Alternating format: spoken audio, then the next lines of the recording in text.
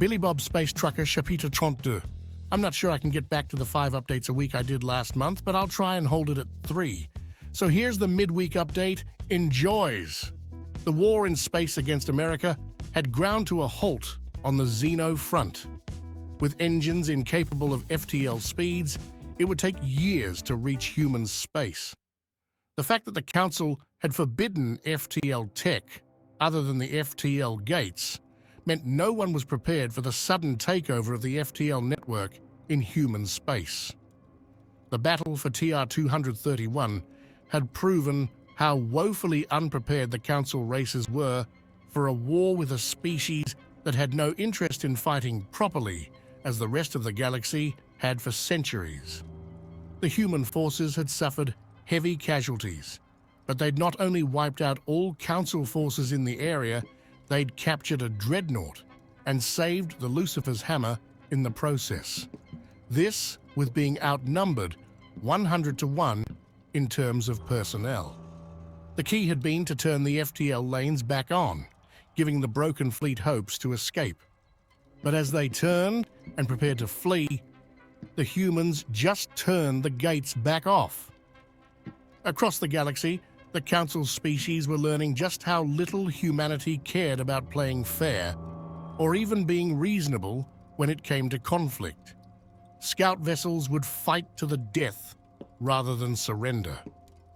Special forces would refuse to fight openly and instead harass and snipe garrisons. Not to mention the carrier group that had glassed the crab colony was still on the loose. They'd jump into a system, destroy the merchant traffic and orbital docks before jumping away. The Council was already having trouble convincing their member species to keep carrying military supplies. Most were opting for civilian supplies only and marking their ships as such to avoid the wrath of the Americans. When a few Council member species approached the species, the humans referred to as Borks for protection.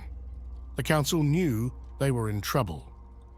Member species were starting to prepare to join the fight due to their obligation to the galactic government. But the staggering losses inflicted upon the Council founders was making them drag their heels, so to speak. 3 outlying Kityan colonies, the closet neighbor to humans, had surrendered to the scout ships that were merely probing the systems. While no one seriously believed that 5 Marines could actually occupy each of those planets, they couldn't force the Kityans to fight. Not to mention all Kityan military vessels in the region were reporting engine trouble. The Felas, or Fleckos as humans called them, had long been a feared ground force that performed countless invasions through their history with the galactic government. But against humans, they were useless. Their cultural battle dances meant nothing to the humans, who just cut them down with ballistic weapons. Although there were scattered reports of human military forces beating them at their own game by outdancing them, this wasn't the norm. Crusticans and Greslins were the only 2 species that were effective in ground combat against humanity, and while the galactic government had the numbers to defeat them in space, and on the ground, no one was relishing the fact that it was going to take dozens of their own casualties for every American killed. They needed a win, but the Americans had destroyed the FTL gates closest to the planet, meaning it took days for ships to bring in reinforcements. This was leading to a cycle in the siege. Americans would have to repel mass waves for a local day, and then get 2 to recover. Theoretically, siege warfare should favor the Xenos, who had superior shielding technology and superior numbers. Americans, however, enjoyed messing up theoretical warfare with actual warfare. Lines had been formed since the first week of the war for Bastion that hadn't changed much since. The humans had been building up their fortifications at a speed unheard of to the Xenos, thanks to their strength and the fact that they were so used to wars with ballistic weapons. This was second nature to them. This did mean that they had to keep everything in working order, however, and since the military was more accustomed to blowing things apart than building them up, they had to employ certain siege masters to keep everything in check. The siege master for Sector 7 knew that they had 2 full local days to repair after the mass assault waves, but he was already out on the front lines during the attack. His helmet, painted yellow, and his construction loader was in the thick of it. He had a cigar in his mouth as he worked the loader out along the emplacements. Even as the crabs blew up a bunker with artillery fire, he was there before the medics, bolting new plates into place. Sector 7's line had never faltered, and it was in large thanks to their siege master, but the officers at the command bunkers on the second line were all still watching him, as a captain tried to explain to a colonel what they were seeing. So, how come he doesn't wait? I mean, he's a great help, but we have to watch artillery fire, or else we might hit the crazy fucker. He says he has to keep up with his wife's kill count, and this is the only way to do it.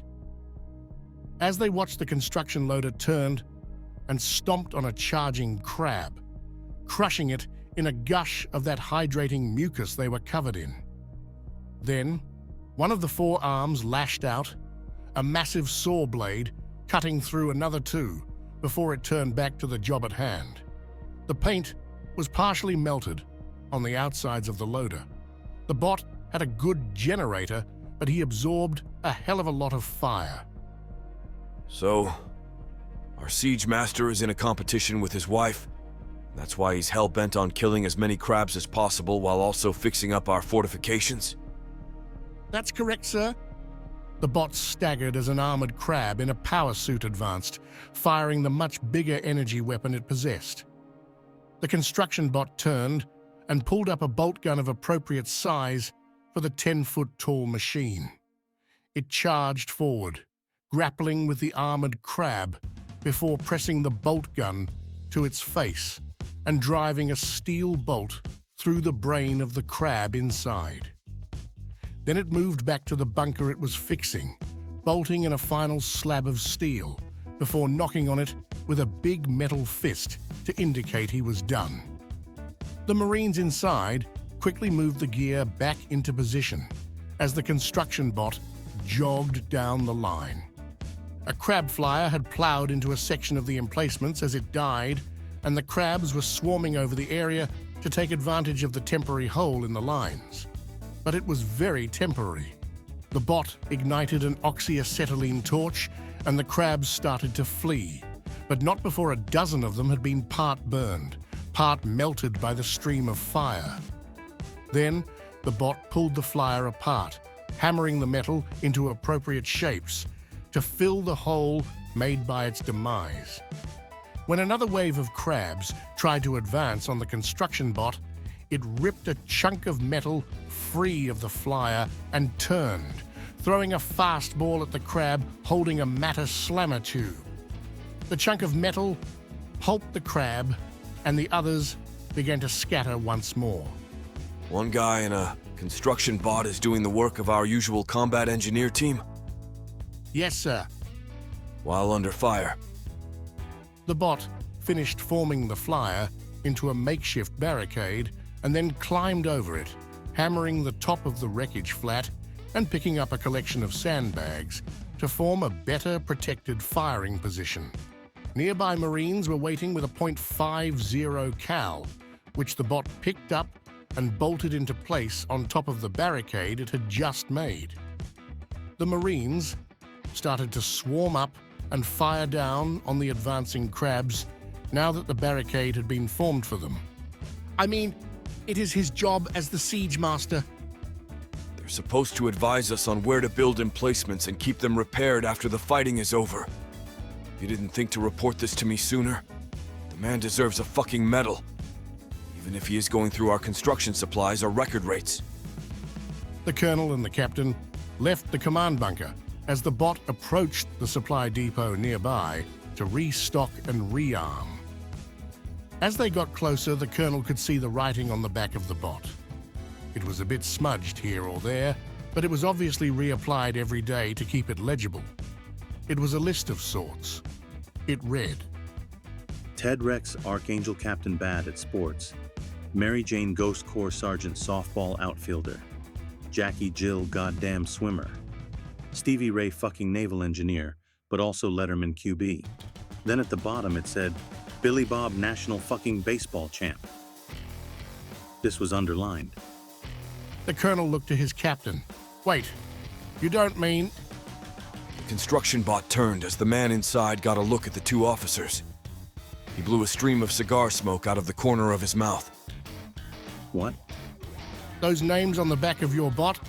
Do you mean to say that you're... That's right. The man nodded and turned back to keep picking up supplies. I really am Artie Stew, father of national champ Billy Bob. The officers glanced at one another. You mean the guy who started this war, right? The proud American who vowed to fight injustice and terrorism rampant in the galactic government. Shouldn't that be on the back of your bot? No, it's Billy Bob National Champ. But the bot turned as the man angrily growled out. Billy Bob National Champ. Then he began to strut off towards the front lines again as he played music over the suit's external speakers. Well, you can tell by the way I use my walk. I'm a woman's man, no time to talk. See, that's what I mean, Colonel. He's a strange guy. All he cares about is the fact that his son is... Billy Bob National Champ. Billy Bob's greatest injury from entering the strange pocket dimension had been when he came flying out of it onto the floor. So he pulled himself up after Emily got off of him, still hugging the stuffed animal he found, and rubbed his neck, looking around the room. How much time passed? Just a minute or so, maybe? The chief's sneaky busybody said. Oh, well, I guess time in the pocket dimension passes at the speed of regular time. Then he shrugged a bit. He had no idea how any of that stuff worked. But he knew it wasn't the same as the skip drives that bounced off the edge of reality. This pocket dimension was much more calm, and it didn't feel like colors that didn't exist were trying to force their way into his eyeballs. He looked over at Emily, who was obviously happy to have that six-limbed stuffed bunny back, hugging it to her chest as she nuzzled it. What's that about? Percy? He's my favorite stuffed animal. When they gave me the pocket dimension, they told me to try it out with something personal. And then they couldn't get it back, so I was really mad about that. But here he is. She gave him another squeeze. Yeah, but why do you have him? Oh, well, these represent these animals on our home planet. They make for very good pets. But you have to be careful since they have delicate skin. Parents give their kids one of these and check for scratch marks to see if their child is ready for a pet. She happily nuzzled the toy as he saw her feathers ruffle a bit as she rubbed her face against the fake fur. Or he assumed it was fake fur. Billy Bob looked at it for a moment and thought over how much pain she had caused him by being very unaware of his delicate skin. Then he gasped and pointed at her. They never let you have one, did they? They kept checking the toy and realized you'd have killed that poor thing in a second. She stopped cuddling the thing as she looked up wide-eyed and red-handed, winged. He still needed to figure out the best way to translate his sayings to her species. I mean, she did have hands. Whatever. She opened her mouth for a moment and then closed it. Well... He clutched his face with both hands as the realization hit him. That's why you're so bad with your claws. Look, it's fine. I can just keep wearing my gloves. We made them for a reason. But not good enough for your parents? What kind of diplomat can't think about the needs of a creature who simply wants to not be torn to shreds by your sharp claws? Emily stared at him for a moment, and then glanced away as he stared at her. It took him a moment, but then some factors quickly connected in his head. The black survival suit, the pocket dimension. She knew about the Libertonian team hiding in the council system, the fight back at the museum. She didn't know quite what to do, but she knew more than a diplomat should. Wait. Even back with battling the space clown, she knew how to hotwire that security panel. She was turned on by killing. His gasp this time was even deeper and more drawn out as he pointed at her. You're not a diplomat at all! She looked worried as he said that, which was about as much confirmation as he needed. Well, I mean I am. But my training, Lies upon lies. It's like I don't even know you. That's why you were surprised I didn't hunt. And why you've never been worried about all the death and gore and stuff. You didn't hesitate when those crabs attacked us at the museum, just the Borks because you didn't have your gear. But you said you weren't a soldier, because His eyes went wide. you're a space assassin, aren't you? She stood there, wings seeming more closed around her shoulders than usual. She was holding the stuffed animal close still, but was glancing around rather than looking right at him. Finally, she glanced at him, with one eye, to try and gauge his reaction. are you mad?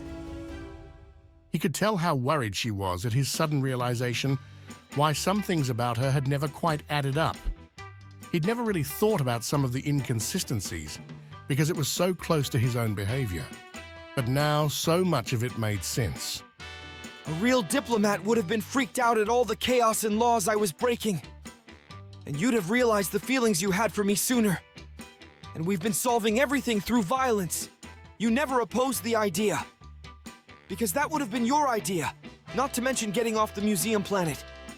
You were okay with the plan to slaughter our way into that base because you didn't know how to talk us through it either. Since all the violence was turning you on, you didn't realize you were getting attached to me, which would start off your crazy hormone drive because you thought it was the normal sort of arousal from all the combat. Oh! My! Washington! She clutched her stuffed animal, looking at him with more worry and apprehension then, as she looked ready to either cry or beg for forgiveness and acceptance. Then he started laughing. The hamsters and Emily all blinked in confusion as his boisterous laugh filled the room, the corners of his eyes filling with tears as the whole situation simply took control of his mind and him. Laughing so hard, he had to clutch his sides and then sit down. Slowly, his laughter died out as he had to take some deep breaths to make up for all the laughing he'd done. Finally, he shook his head and rubbed a few tears from the corner of his eyes. Too funny. You're not mad? She looked hopeful now, her wings opening up a little as he seemed more amused about what he found out than anything. Why keep it a secret? Yes, that's fine. I can see why an assassin wouldn't be all like, "Hey, I'm an assassin," to some random civvy they just met, especially one as weird as me. But you had to be planning on telling me at some point. And if you're an assassin, why did you say we'd have all those diplomatic dinners to go to? Well, I like diplomatic dinners. I'm just not allowed to be the prime diplomat. Because I'm not a very good one. He laughed again and let out a happy sigh. Oh, too good. Well, that explains a lot. It really does.